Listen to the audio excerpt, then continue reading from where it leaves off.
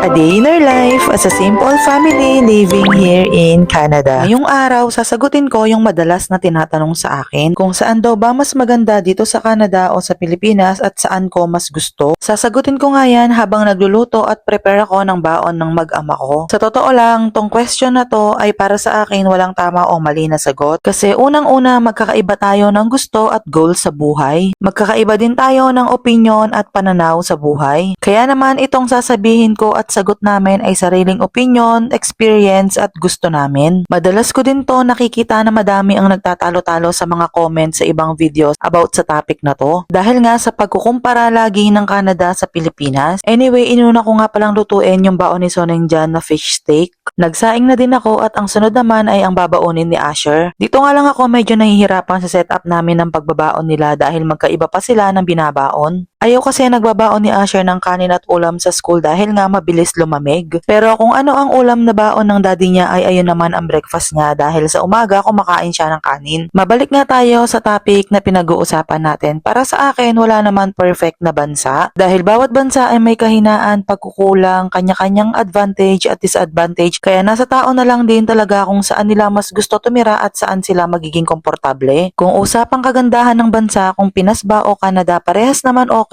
at maganda. Uulitin ko, ito po ay sariling opinion ko based on my experience living here for 3 years pa lang. When it comes to work or trabaho, para sa akin mas okay si Canada kasi per hour ang bayad at sulit talaga ang bayad mo na tipong bawat patak ng pawis mo ay bayad. Sunod, ang education ni Canada dahil dito Catholic or public school both elementary up to grade 12 ay libre. Pero para sa akin hindi naman ganoon kalaki ang lamang niya sa Pilipinas dahil libre din naman ang pag-aaral sa Pilipinas sa mga public school up to grade 12 din naman. Mas madami lang din talaga ang private school sa Pilipinas na pinipili ng ibang magulang na i-enroll ang mga anak nila. Kaya nasasabi na mahal magpaaral sa Pinas. Ako simula elementary to high school ay sa public school lang din naman ako nag-aral. Sunod naman ay ang usapang healthcare. Dito sa Canada may family doctor kami at free lahat. From check-ups, laboratory tests, ultrasound at iba pa. Ang hindi ko lang masyadong nagustuhan ay ang emergency nila dito dahil sobrang tagal ng waiting time. Dahil kami mismo ilang beses na namin na experience na naghihintay ng more than 5 hours. Oo, may family doctor kami pero kasi by appointment at schedule ang pagpapacheck up. Hindi pwedeng agad-agad at hindi maiiwasan o walang pinipiling oras ang emergency. For example na lang, nung sumakit ang tenga ng anak ko, nagising siya ng 1 AM umiiyak dahil sa sakit. Syempre kami, tinakbo agad namin siya sa ospital sa emergency dahil ayun lang yung option namin sa mga oras na yon. Pero inabot na kami ng 6 AM, lumiwanag na ay hindi pa rin siya natitignan. Ayun naman yung kaibahan sa Pilipinas dahil sa Pilipinas may mga private hospital na mabilis mag-check up, ayun nga lang ay maglalabas ka talaga ng malaking halaga ng pera. Pero kung ikukumpara sa Pinas, mas okay pa rin para sa akin ang healthcare dito sa Canada. Kasi sa Pinas, ang mahal magkasakit, lahat ng kilos mo kailangan ng pera. Usapang cost of living naman tayo. Dito sa Canada, mataas ang cost of living pero mataas din ang sahod. Like mabubuhay ka pa din ng normal, makakain mo gusto mo at kahit pa paano makakabili ka ng mga gusto mo. Sinasabi nila na living paycheck to paycheck ang Canada. Yes, totoo naman talaga yon. Pero marami kaming bagay na na-experience at nabili dito na hindi namin nagawa sa Pilipinas. Sa Pinas naman, mababa ang cost of living pero mababa din naman kasi ang sweldo. Saktong makakaraos ka sa mga bayarin mo, minsan pa nga ay kulang. Kaya nga marami ang nakikipagsapalaran ng mga Pilipino sa ibang bansa dahil sa mababang sahod sa Pinas. Habang nagwawalis nga pala ako dyan, bigla ko narinig na umiyak si baby kaya naman napatakbo ako